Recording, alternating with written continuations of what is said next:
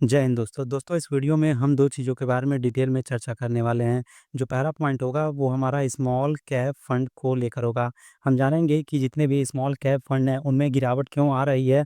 ख़ासकर मैं बात करने वाला हूँ क्वांट स्मॉल कैप फंड के बारे में, एसबीआई स्मॉल कैप फंड के बारे में। इसके अलावा आप देखेंगे एचडीएफसी स्मॉल कैप फंड है, कोटक स्मॉल कैप फंड है, एक्सिस स्मॉल कैप फंड है। तो इस सभी के बारे में यहाँ पे डिटेल में हम बात करेंगे।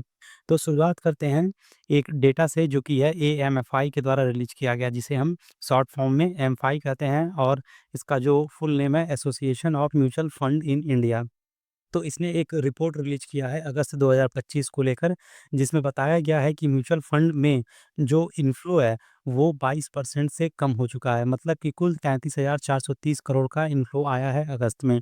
यहाँ पे आप इस रिपोर्ट को पढ़ेंगे तो आपको पता चलेगा कि ये जो इन्फ्लो है, मैं अगर जुलाई की बात करूँ तो उस समय 42,000 करोड़ के आसपास था, जो कि पिछले महीने मतलब कि जून की तुलना में 81% ज़्यादा था। लेकिन यह जो इन्फ्लो है अगस्त तक आते-आते बहुत ज़्यादा गिर चुका है और गिर के 33,000 करोड़ तक आ चुका है और इसका ख़ासा असर आपको स्मॉल कैप फंड्स पे दिखेगा। क्योंकि मार्केट को भी अगर आप देखेंगे, जैसे पिछले 1 साल का आप रिकॉर्ड चेक कीजिए, तो निफ्टी ने नेगेटिव रिटर्न बना के दिया है -1.13% के आसपास। सेंसेक्स का भी यही हाल है। इवन निफ्टी मिड कैप 100 आप देखेंगे तो -2.58% and Nifty small cap fund तो -6 और 7% के आसपास इन्होंने रिटर्न बना के दिया है, जो कि काफ़ी ख़राब है। तो अगर मैं ओवरऑल इंडियन स्टॉक मार्केट की भी बात करता हूँ तो उतना ज़्यादा रिटर्न निकल के नहीं आया है और इस वजह से अगर आप स्मॉल कैप देखते हैं, मिड कैप देखते हैं तो वहाँ पे भी आपको गिरावट वाला माहौल देखने को मिलेगा। तो चलिए जानते हैं फाइनली कि flexi cap fund, large cap fund, mid cap fund में कितना-कितना इन्फ्लो आया है। तो अगर मैं इन्फ्लो की बात करूँ लार्ज कैप फंड में, इस रिपोर्ट में आगे क्या बताया गया था वही मैं आपको यहाँ पे एक्सप्लेन कर रहा हूँ। तो अगस्त महीने में लगभग 33% ज़्यादा इन्फ्लो आया है। मिड कैप में देखेंगे तो लगभग बराबर ही था जुलाई में भी और अगस्त में भी। स्मॉल कैप में भारी गिरावट देखने को मिली है, -23% का डाउनफॉल देखा गया था।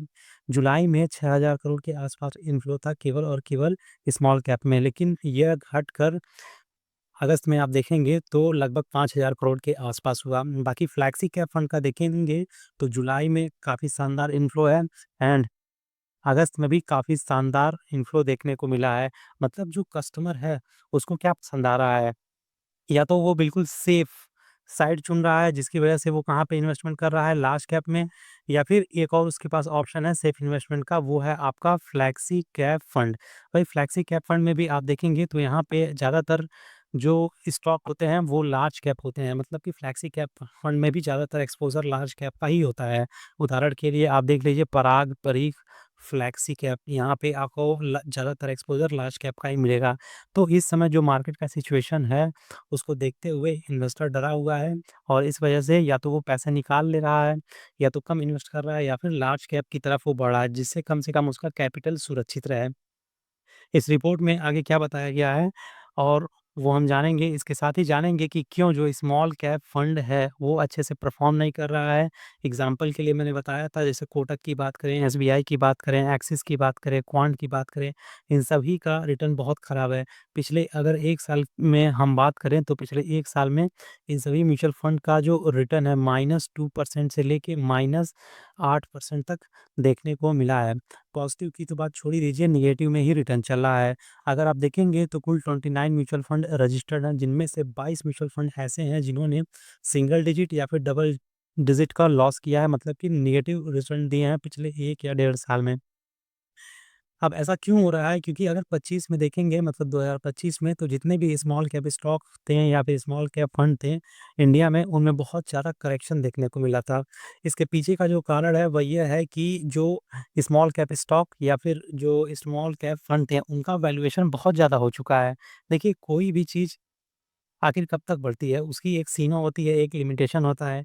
जब वह उस सैचुरेशन पॉइंट को पार कर जाती है, कोई भी चीज़ अगर अपने सैचुरेशन पॉइंट पे पहुँच जाती है, तो वहाँ से उसका डाउनफॉल होता है। अब ऐसा नहीं है कि ये जो डाउनफॉल देखने को मिल रहा है, ये परमानेंट है। ये कुछ समय के लिए है, मार्केट फिर से रिकवर करेगा। तो पहला जो कारण है कि जो स्मॉल कैप में आपको रिटर्न नहीं दिख रहा है, तो वैल्यूएशन काफ़ी ज़्यादा हो चुका है, पहला ये कारण है। दूसरा जो प्राइस टू अर्निंग रेशियो है, वो एवरेज से बहुत ज़्यादा हो चुका है, जिसकी वजह से लोग क्या कर रहे हैं कि प्रॉफ़िट बुकिंग कर रहे हैं। ऐसे लोग जिन्होंने 2023 में, 2024 में या फिर उससे पहले इन्वेस्ट किया है, तो उनको बहुत ज़्यादा अच्छा रिटर्न मिला है। देखेंगे आप, जो म्यूचुअल फंड में 2020 के बाद बहुत ज़्यादा इन्वेस्टमेंट आया है एंड रिटर्न भी काफ़ी शानदार निकल के मिला है। इसकी वजह से जो लोगों का प्रॉफ़िट हुआ है, वो आराम से प्रॉफ़िट बुक कर रहे हैं और मार्केट से एग्ज़िट कर रहे हैं। तो इस वजह से आपको प्रेज़ेंट टाइम में डाउनफॉल देखने को मिलेगा। बाकी अगर आप वेट करेंगे, अगर आप मार्केट में बने रहेंगे, इन्वेस्टमेंट करते रहेंगे, तो डेफ़िनेटली लॉन्ग टर्म में आपको भी फ़ायदा होगा। तो ऐसी सिचुएशन में आपको क्या करना है, इसके बारे में हम बात करेंगे ही करेंगे, लेकिन उससे पहले ये जो एक इम्पोर्टेंट पॉइंट है, ये आपको ज़रूर रीड करना चाहिए। वो ये है कि those with a recent entry may see negative return, while others with longer holding period may view a correction differently। देखो, यहाँ दोनों के बारे में बात लिखा गया है। ऐसे लोग जो अभी फ्रेश मार्केट में एंट्री लिए हैं, मतलब कि इन्वेस्टमेंट चालू किए हैं, तो उनको अपने पोर्टफोलियो में नेगेटिव रिटर्न दिख रहे होंगे। ज़ाहिर-सी बात है, पिछले 1 डेढ़ साल से जब रिटर्न नहीं आ रहा है, तो नेगेटिव रिटर्न ही दिखेगा।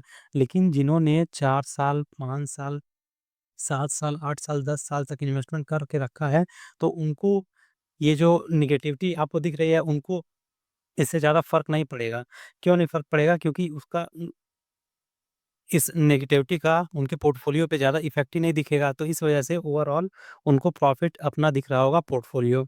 अब ऐसी सिचुएशन में देखिए आप क्या करना है, इसका आंसर भी यहीं लिखा है।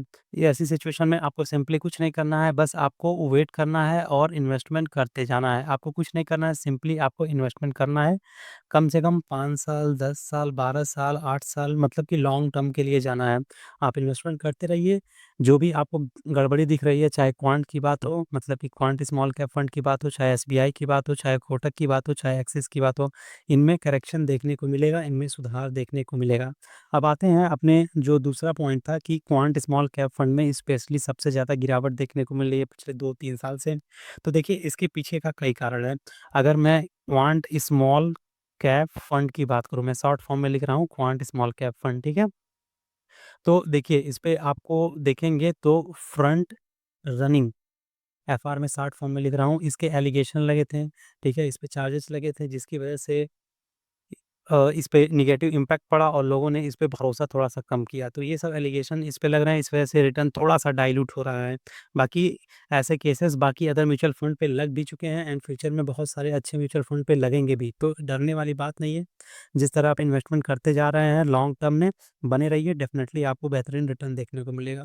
तो आई होप ये दोनों चीज़ें यहाँ पे कवर हो गई होंगी कि अगर आप जो मैंने यहाँ पे स्टॉक बताए, स्टॉक स्टॉक नहीं, मतलब जो म्यूचुअल फंड स्कीम बताए हैं यहाँ पे, जैसे कि क्वांट, एसबीआई, कोटक, एक्सिस या फिर इस तरह का कोई भी म्यूचुअल फंड स्कीम जिसमें आप इन्वेस्टमेंट कर रहे हैं और आपको रिटर्न अच्छा नहीं दिख रहा है। एक और मैं नाम यहाँ पे जोड़ देता हूँ, टाटा स्मॉल कैप फंड। इसका भी रिटर्न उतना ज़्यादा अच्छा नहीं आ रहा है। तो इस तरह के स्मॉल कैप फंड में अभी रिटर्न आपको देखने को नहीं मिलेगा।